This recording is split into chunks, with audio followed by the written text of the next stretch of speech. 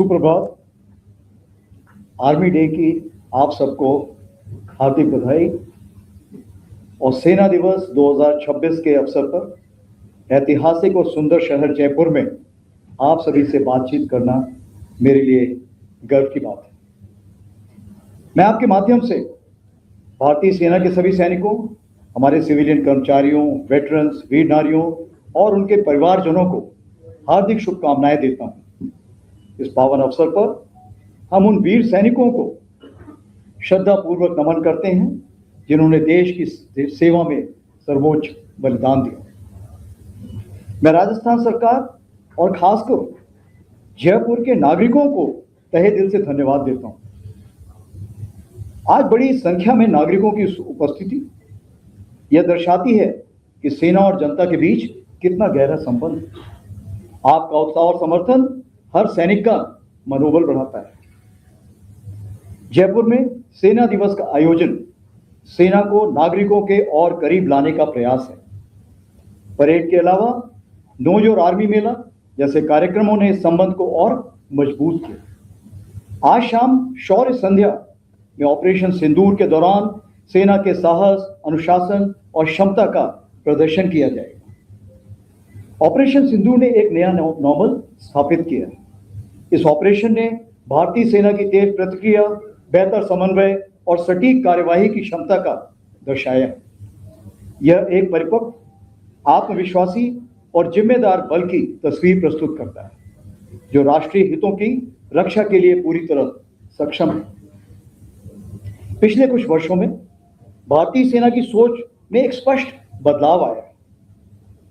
हम केवल वर्तमान चुनौतियों पर ही नहीं बल्कि भविष्यों के युद्धों की तैयारी में भी गंभीरता से काम कर रहे हैं। इसी दिशा में नई संरचनाएं यानी नए स्ट्रक्चर्स बनाए जा रहे हैं जिन्हें भविष्य की आवश्यकताओं के अनुसार इक्विप और ट्रेन किया जा रहा है। इस परिवर्तन प्रक्रिया के अंतर्गत Bhairav battalions, Ashwini platoon, Shaktiban regiment, Divyastra battery जैसे नई इकाइयां खड़ी की गई हैं जिनको आज आपने परेड के दौरान खुद देखा हुआ है। ये संरचनाएं भविष्य की चुनौतियों के अनुरूप एक एजाइल, रिस्पॉन्सिव और मिशन ओरिएंटेड सेना के निर्माण को दर्शाती है। हमारे इस परिवर्तन की आधारशिला आत्मनिर्भरता है जिसकी झलक आपको परेड के दौरान मेड इन इंडिया उपकरणों के द्वारा देखने को मिली। भारतीय सेना को भविष्य में भी ऐसे वेपन सिस्टम्स और इक्विपमेंट चाहिए जो भारत में ही डिजाइन और डेवलप किए गए।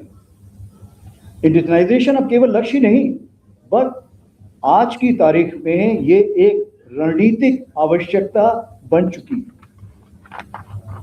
हम डुअल यूज रिसोर्सेज पर भी विशेष जोर दे रहे हैं। ऐसे संसाधन जो मिलिट्री और सिविलियन दोनों उद्देश्यों के लिए उपयोगी हैं, जो इंफ्रास्ट्रक्चर, टेक्नोलॉजी और इनोवेशन सेना के लिए विकसित हो, वह देश के समग्र विकास में भी योगदान दे। भारतीय सेना एक फ्यूचर रेडी फोर्स के रूप में आगे बढ़ रही है, चाहे well trained soldiers, modern system, multi domain operations की क्षमता मौजूद है। टेक्नोलॉजी का उपयोग सोल्जर को विस्थापित करने के लिए नहीं बल्कि उसे और सक्षम बनाने के लिए किया जाता है। अब तक की प्रगति को आगे बढ़ाते हुए अगले 2 वर्षों को सेना ने एयर्स ऑफ नेटवर्किंग और डेटा सेंट्रिसिटी के रूप में अपनाया है। इससे कनेक्टिविटी, इंफॉर्मेशन फ्लो और डिसीजन मेकिंग और बेहतर होगी।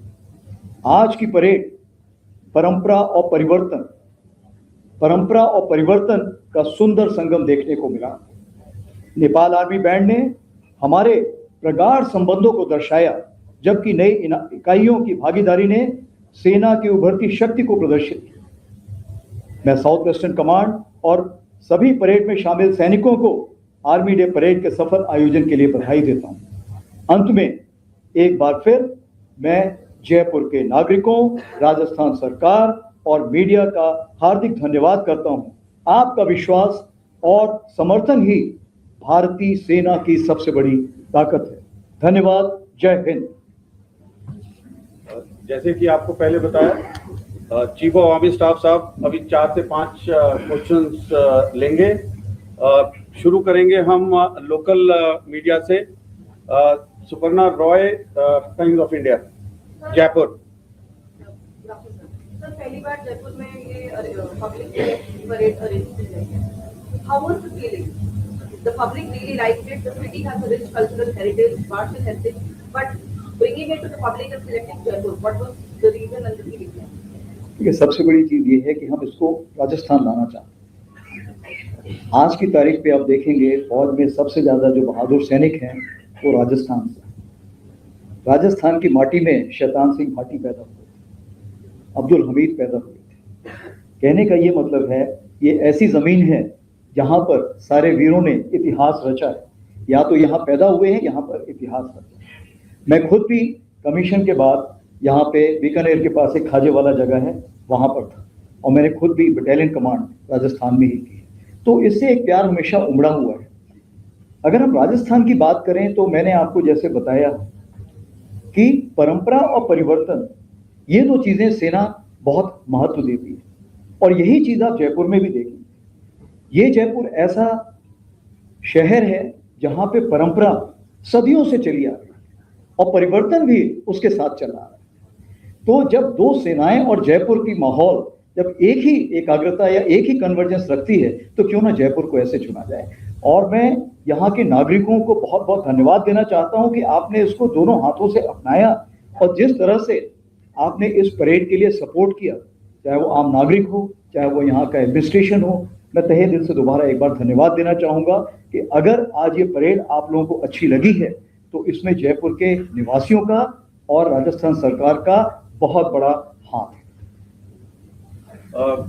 Next Nandita Dagar from Doordarshan. Sir, आपने ये बोला है कि ये डेकेड ऑफ ट्रांसफॉर्मेशन है और वो ट्रांसफॉर्मेशन जो था हमने अपनी फौज का आज देखा लाइव। दिव्यास्त्रा बैटरी और शक्तिवान रेजिमेंट, हमारे 2 कंटिजेंट जो थे भैरव बटालियन के, तो सर फ्यूचरिस्टिक वॉरफेयर का भी हमने नमूना देखा। तो sir what are the key messages जो हम एक तो हमने जयपुर में होल्ड किया, तो साउथ वेस्टर्न कमांड का एक हमारी फ्रंटियर कमांड है and post operation, what are the key messages that we are trying to send to our enemies and to our countrymen that you are trying. तो आपने सही सवाल पूछा है कि दुश्मन के लिए और हमारे खुद देश के लिए क्या इसमें मैसेज है। तो सबसे बड़ा संदेश ये है, मैं पूरे आम नागरिकों को आश्वासन दिलाना चाहता हूं कि भारतीय सेना हर समय हर जगह पूरे तरीके से तैयार है किसी भी ऐसे किसी प्रकार के आक्रमण के लिए। तो ये मैं बताना चाहता हूं, जिसको हम बोलते हैं ऑफ प्रिपेयर्डनेस हमारी पूरी है। दूसरी चीज, जैसे आपने फ्यूचर वॉरफेयर यानी भविष्य में लड़ाई कैसी होगी, क्या हम उसके लिए तैयारी कर चुके हैं? जी हाँ, क्योंकि भविष्य की लड़ाई हर दिन बदलती रहेगी, इसलिए आज की तारीख पे जो हमें उचित लगा हमने उसकी तैयारी की और परेड में हमने उसे आपको दिखाया। आगे आने वाले दिनों में है ऐसी तैयारी और बढ़ाते रहेंगे। तो ये मैं आपको दूसरा आश्वासन दिलाना चाहता हूँ कि भारतीय सेना समय के साथ अपने आप को बदलती रहेगी और उभरती शक्ति में जो बदलाव लाने हैं उसको लाती रहेगी। और तीसरी चीज सबसे बड़ी ये है कि मैं यहां पर सबको एक धन्यवाद देना चाहता हूं कि आप जब भारतीय सेना को एक ऊंचे स्टेज पर ले जाते हैं या ऊंचे ओहदे पर ले जाते हैं तो हमारे भारतीय सैनिक का मनोबल बहुत ऊंचा होता है। तो आज अगर आप भारतीय सेना के मनोबल को ऊंचा करना चाहते हैं तो आप जरूर जो आपने परेड देखी है इसके बारे में सब जगह बातचीत कीजिए। और मैं आपसे ये एक जरूर गुजारिश करूंगा, रिक्वेस्ट करूंगा कि भारतीय सेना का जवान तो सरहद पे खड़ा रहता है, लेकिन उसके परिवार की देखरेख एक आम नागरिक की जिम्मेवारी है। उसके लिए जरूर मैं चाहूंगा कि पूरा देश उसके परिवार की देख रेख की जिम्मेवारी संभाले। धन्यवाद। नेक्स्ट संदीप बोल, IANS न्यूज एजेंसी।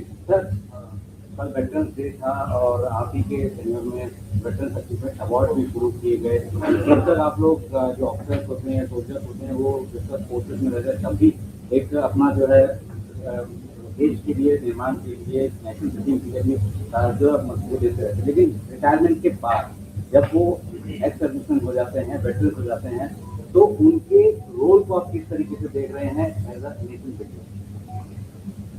अगर हम वेटरन्स की बात करें तो मेरे ख्याल से फौजी की सबसे बड़ी खूबी वो कभी रिटायर नहीं होता। उसकी जो मानसिक सोच है वो कभी भी बदलाव नहीं लाती। अगर उसने सवेरे उठना है तो वो उठेगा, वर्जिश करनी है तो करेगा, लोगों को हेल्प करनी है तो करेगा। तो कहना ये मैं चाहता हूँ कि जब सैनिक सर्विस में होता है तो उसकी काबिलियत इतनी होती है, उसने ज़्यादा चीज़ें सीखी होती हैं, आधे टाइम तो उसको खुद नहीं पता होगी उसकी खूबियाँ क्या है। मैं हमेशा बोलता हूँ कि उसको अपना सीवी किसी और से बनवाना चाहिए, तब उसको खुद की खूबियाँ पता लगेंगी। जब सोल्जर वापस रिटायरमेंट के लिए जाता है या दूसरी इनिंग्स के लिए जाता है तो उसकी जो खूबियाँ हैं वो उजागर करने के लिए हमने ये अवार्ड शुरू किया है। क्योंकि बहुत जगह आप देखिए, ये जाके अपने घरों में, अपने गांव में, अपने शहरों में बहुत जगह जाके ये बहुत जगह काम कर रहे हैं। कोई सामाजिक जागरूकता के लिए कर रहा है, कोई सामाजिक उत्थान के लिए कर रहा है, कोई किसी को एजुकेशन के लिए हेल्प कर रहा है, कोई स्पोर्ट्स के लिए हेल्प कर रहा है, किसी ने अपनी जमीन पे ही एक स्कूल खड़ा कर दिया और उसको सहायता प्रदान कर रहा है, कोई जाके कहीं पे कोचिंग कर रहा है। तो कहने का ये मतलब है कि नेशन बिल्डिंग का कोई भी आप मापदंड देखेंगे उसमें आप पाएंगे कि फौजी वहां पर जरूर खड़ा है। तो हमारा सिर्फ यही था, सेना का ये कहना कि हम उस फौजी तक पहुंचे और उसके काम को हम एक्नॉलेज करें कि आपके काम को हम सम्मान करते हैं और आपको सैल्यूट करते हैं। उससे सबसे बड़ा फायदा ये है कि देश में उसका जो काम है सबको नजर आता है। और मन की बात में भी आपने देखा, प्रधानमंत्री जी ने भी कई ऐसे हमारे सेवानिवृत्त हैं जिनके बारे में मन की बात में जिक्र किया है।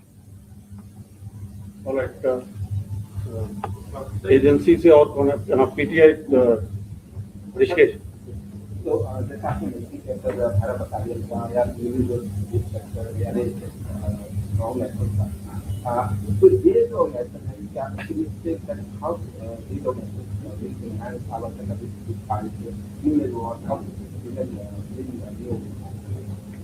जो आपने सवाल पूछा है कि ये जो हमने नए ऑर्गेनाइजेशंस खड़े किए हैं, ये हमारी जो एफिशिएंसी है लड़ाई की उसको कैसे बढ़ा सकते हैं। तो सबसे पहले हमने देखना है कि रूस और यूक्रेन वॉर में हमने क्या सीखा। सबसे बड़ी चीज ये है कि हम किसी भी युद्ध की लंबाई के बारे में बता नहीं सकते हैं। वो 4 दिन ऑफ सिंदूर जैसे चलेगी या 4 साल यूक्रेन रशिया वॉर जैसे चलेगी। दूसरी चीज हमने ये सीखी कि टेक्नोलॉजी आपकी एफिशिएंसी बढ़ाती है, आपको बदलाव नहीं कर सकती, आपकी जगह जाकर नहीं बैठ सकती। तीसरी चीज हमने ये देखी, जो छोटी टुकड़ियां हैं वो ज्यादा सफल होती हैं बजाय की बड़ी टुकड़ियों की। और जब आपने टेक्नोलॉजी का बदलाव लाना है तो जो टुकड़ियां ऑलरेडी बनी हुई हैं उनकी आप देखेंगे बदलाव में थोड़ी जो स्पीड होती है वो कम होती है, लेकिन जो नई टुकड़ियां खड़ी होती हैं उसमें स्पीड बहुत फास्ट होती है, क्योंकि उनका कोई पीछे का ऐसा सोच विचार नहीं होता कि मैंने ऐसे ही करना है। इसी चीज को मद्देनजर रखते हुए जैसे भैरव लाए हैं, तो भैरव जो बटालियन रहेगी ये हमारी इन्फेंट्री बटालियन में जो घातक होती है या जो स्पेशल फोर्सेज, इसके बीच में बहुत गैप है। इस गैप को कवर करने के लिए हम लाए हैं। और जिस तरह से आपने इसका जोश देखा, तो एक 25 बटालियन में खड़ी कर दूं तो मुझे लगता है मुझे इन्फेंट्री बटालियन की भी जरूरत नहीं पड़ेगी। इस तरह का जोश इन्होंने आपको दिखाया। जैसे दिव्यास्त्र और हम शक्तिवान की बात करें तो आपने देखा कि ड्रोन जो आज है वो आपका 400 मीटर से लेके 400 किलोमीटर क्या 800 किलोमीटर तक जाने की क्षमता रखता है। और अगर हमें ऐसे ड्रोन चाहिए जिसमें कि वो हर जगह पूरे युद्ध क्षेत्र में घूमते रहें और जहां जरूरत पड़े वहां स्ट्राइक करें या इंफॉर्मेशन दें या जो भी कार्रवाई करने हैं उसके लिए वहां पर हाजिर रहें, तो अगर ये करना है तो इसके लिए हमें नया ऑर्गेनाइजेशन चाहिए था, क्योंकि इसके लिए स्पेशलिस्ट नहीं, इसके लिए सुपर स्पेशलिस्ट लोग चाहिए, क्योंकि उसने टारगेट के बारे में समझना है, उसने उड़ाने के बारे में समझना है और उसने ये भी देखना है कि कहीं मेरा ही तो टारगेट नहीं है, मेरा ही सैनिक तो नहीं है, पार का सैनिक है। दोनों के बीच में डिफरेंस भी लाने की उसमें क्षमता होनी चाहिए, यानी उसकी काबिलियत बहुत हाई होनी चाहिए। इसीलिए नए ऑर्गेनाइजेशन खड़े किए हैं और ये यहाँ गाड़ी रुक नहीं रही, बदलाव और भी आ रहे हैं। ये आर्मड में भी आएंगे, मैकेनाइज्ड इन्फेंट्री में भी आएंगे, सिग्नल्स में भी आएंगे, एयर डिफेंस में भी आएंगे। आज आप देखेंगे युद्ध क्षेत्र, रण क्षेत्र इतनी जल्दी से बदलाव ला रहा है कि उसको बदलाव में आपको शामिल होने के लिए आपको उससे तेज चलना पड़ेगा। और आप क्योंकि फ्यूचर प्रेडिक्ट नहीं कर सकते हैं, इसलिए जो जो जैसे आपको सिचुएशन आ रही है उसके साथ ही आपको बदलाव लाना बहुत लाजमी है। लास्ट में एक और हम एजेंसी से इसलिए पूछ रहे हैं ताकि आप सब लोगों को फीड मिल सके। आयुष है यहाँ पर? हाँ, ANI से। मेरा सवाल जो है वो स्वदेशी उपकरणों के संदर्भ में है, जो ऑफ सिंदूर और आर्मी डे परेड में भी हमने अभी देखा है। सर, इंडियन आर्मी इसे बैलेंस आउट कैसे करेगी? मॉडर्नाइजेशन भी जरूरी है और आत्मनिर्भर भारत भी, इसके बीच में हमने एक समानता कैसे? आपका सवाल बहुत जरूरी। सबसे चीज मैंने आपको पहले बताई थी कि आज का जो युद्ध है वो 4 दिन चलेगा या 4 साल चलेगा, मैं नहीं बता सकता। ये तो युद्ध क्षेत्र में ही पता लगेगा। इसका मतलब ये है कि अगर आपको लंबी लड़ाई लड़नी है तो आपका साजो सामान देश में ही बनना चाहिए। उसको अगर आपने रिपेयर करना है तो वो भी देश में होना चाहिए। लेकिन आपके पास अगर किसी चीज की कमी पेशी है तो उस चीज को पूरा करने के लिए हमारे पास 3-4 रास्ते होते हैं। या तो आप विदेश से खरीदें, या विदेश की टेक्नोलॉजी भारत में लाएं, उसका उत्पादन भारत में करें, या आप विदेशियों को बोलिए कि वो भारत में है उसका उत्पादन करें ताकि सब लोग उसको खरीद सकें। तो इस प्रकार के 3-4 ऐसे चैनल्स होते हैं जिसके थ्रू हम आत्मनिर्भरता बढ़ा सकते हैं। लेकिन सबसे बड़ी बात यह है कि रिसर्च एंड डेवलपमेंट, अनुसंधान जो है ये बहुत जरूरी चीज है। जब तक हमारा भारत अनुसंधान की तरफ ध्यान नहीं देगा और सिर्फ टेक्नोलॉजी लाता रहेगा और यहाँ बनाता रहेगा, तब तक हम लंबी लड़ाई लड़ने के काबिल नहीं होंगे और तब तक हम पूर्ण रूपेण आत्मनिर्भरता नहीं हासिल कर सकते। इसीलिए रिसर्च एंड डेवलपमेंट बेस बहुत जरूरी है। इसी चीज को मद्देनजर रखते हुए भारतीय सेना ने जो पहल की है वो डीआरडीओ के साथ, एकेडमिया के साथ, इंडस्ट्रिया के साथ, पॉलिसी मेकर जो हैं उनके साथ मिलके हम सोच विचार कर रहे हैं कि इसको आगे कैसे ले जाना है। उसी के मद्देनजर आईडेक्स स्कीम, अदिति स्कीम, ऐसे बहुत सारी स्कीम हमने बनाई हुई हैं जिसमें हम रिसर्च एंड डेवलपमेंट को बढ़ावा देते हैं। और जब वो हमें नए इक्विपमेंट देते हैं तो आज की तारीख पे हम उसे कम से कम 4 से 6 गुना ऑर्डर प्लेस कर सकते हैं। और जो नई हमारी डिफेंस एक्विजिशन प्रोसीजर आ रहा है उसमें ये दुगना बढ़ने जा रहा है। तो मैं आपके माध्यम से पूरी इंडस्ट्रीज को, सबको यही बताना चाहता हूं कि आत्मनिर्भरता के लिए भारतीय सेना पूरी तरह से तैयार है। उसके लिए आप इक्विपमेंट बनाइए, लाइए और लंबी दूरी की जितनी भी लड़ाई होनी है उस सब के लिए हम भारतीय सेना भारत से ही सारा आला खरीदेगी। सिंदूर के बाद पाकिस्तान एक तरह से प्रोपेगेंडा फैला रहा था, क्या उसको काउंटर करना भी इनके कारण कोई एक लीगल चैलेंज है? देखिए, डिपेंड करता है। एक विंस्टन चर्चिल जी ने बोला था जो नेगेटिव न्यूज है वो जब तक मैं कपड़े पहनता हूं तब तक वो घूम के वापस मेरे पास आ जाती है। तो कहने का ये मतलब है कि अगर आप सिर्फ नेगेटिव न्यूज देखेंगे तो पॉजिटिव न्यूज छूट जाएगी। जहां तक पाकिस्तान प्रोपेगेंडा बुला रहा है वो प्रोपेगेंडा जो है उससे 100 गुना हमारा पॉजिटिव प्रोपेगेंडा जा रहा है। और पॉजिटिव प्रोपेगेंडा हम प्रोपेगेंडा नहीं करते। मैंने कल भी इसके बारे में, परसों भी बात की थी। हम सिंगल सोर्स ऑफ ट्रूथ रखते हैं। हमारा एडीजी स्ट्रेटकॉम जिसमें हमारे मेजर शारदा जी हैं वो हमेशा सच बात हमेशा डालता है। आज तक कोई भी गलत बात उसमें नहीं गई। तो आपके ऊपर निर्भर करता है कि आप किस न्यूज को देखते हैं। अगर आप एडीजी स्ट्रेटकॉम की न्यूज को देखेंगे तो आप पाएंगे कि न्यूज हमेशा करेक्ट है। मैं दोबारा उस बात को दोहराना चाहता हूं कि इंफॉर्मेशन वॉरफेयर में क्रेडिबिलिटी होना जरूरी है, विश्वसनीयता बहुत जरूरी है, कंसिस्टेंसी, समानता बहुत जरूरी है। और तीसरी बात यह है कि सिंगल सोर्स ऑफ ट्रूथ, जैसे मैंने बताया कि एडीजी स्ट्रेटकॉम है। और चौथी चीज ये कि अगर कहीं पे गैप है तो नेगेटिव न्यूज जो है वो तेज मूव करेगी। और इसी चीज को मद्देनजर रखते हुए हम लोग यकीन करते हैं कि हर दिन हर समय आप तक सारी फौज के बारे में जो भी बातें हैं आप तक पहुंचाएंगे।